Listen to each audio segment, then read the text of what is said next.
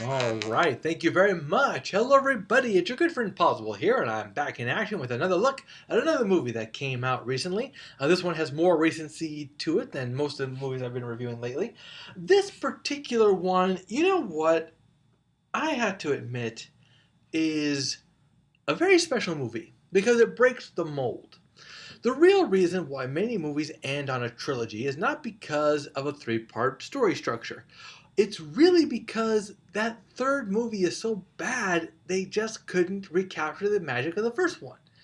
And this is one movie that actually breaks that mold. Of course, I'm talking about Kung Fu Panda Part 3. You know, the first Kung Fu Panda was a very basic origin story.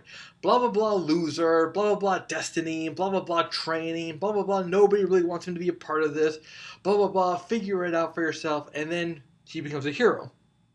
Number two, also very forgettable. More forgettable than the first one was, in my opinion. The first one still had that, beginning magic one, the whole overcome your demons and stuff like that, or overcome your blocks. This one, he is more the dragon warrior. In the second one, he's trained. He's more the fighter. Now he's got to fight against his next opponent, who is coming to conquer all of China with some cannon, and he's got to figure out how to stop it, even though everyone tells him not to do it. Similar to number one, but not the same, and still shows his evolved character. Now we come to part three, and here, again, he is more the evolved character. He has really established himself as a dragon warrior. He's a fighter. People really get what he can do, and now he's supposed to get on he's supposed to evolve to the next level, which was teaching. Now here's a guy who has faced the one moment that people like him, or people in general really, never think they're going to get to. You must now teach the very people you've looked up to. The people you've idolized. You're not just supposed to be their equal, but now you're like their teacher. And that shows the evolution of part one. He just wants to be their equal. Part two, again, he wants to be their equal. But part three, now he has to try to be their teacher.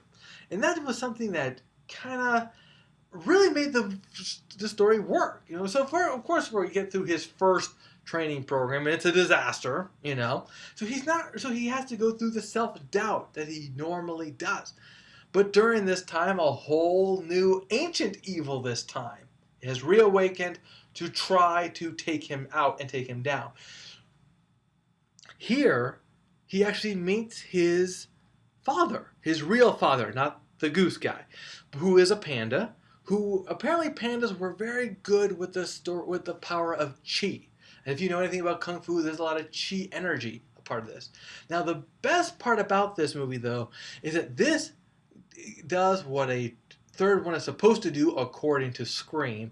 You go back into level to the first movie, and it's more about Sifu and that turtle guy and their past and their history and what they have learned and how it connects with Po. So now we really do come full circle in this movie.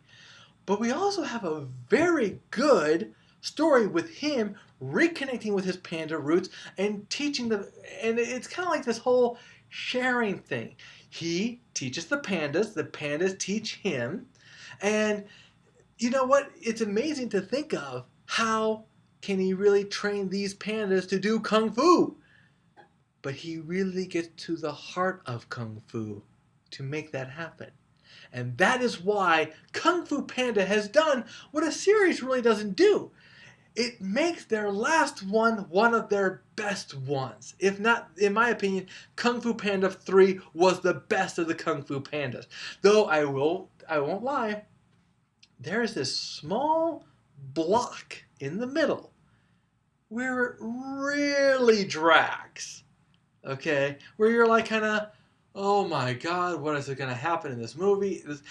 We're talking about how this movie's up, up, up, up, up, down, up, up, up, up, up, up, up, and it really comes into its own. But like I said, there's this spike at the bottom, near the middle, where it just kind of, you're like, oh, okay, this is going on too long. But that's okay.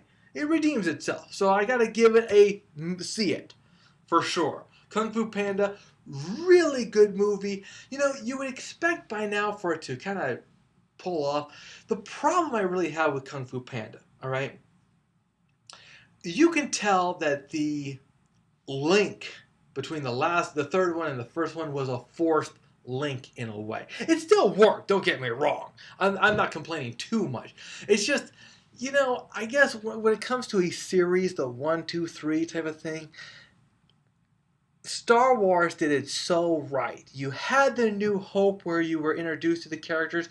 You had the Empire Strikes Back where Luke was training to be a Jedi. And then you have the Return of the Jedi where he actually became a Jedi and everything came full circle. And it was a solid trilogy. Here it's kind of a forced trilogy, but I still liked it. You know, I guess I get a little upset that, you know, they really don't do trilogies justice anymore. The way they do them, they just don't do them right. And I guess that's the problem I have. But then again, I judge it by a higher standard, which I should not do. So I shouldn't have actually said this part. But anyway, I said it anyway, guys. And I'll see you at the theaters. Let me just get out of this while I'm still alive.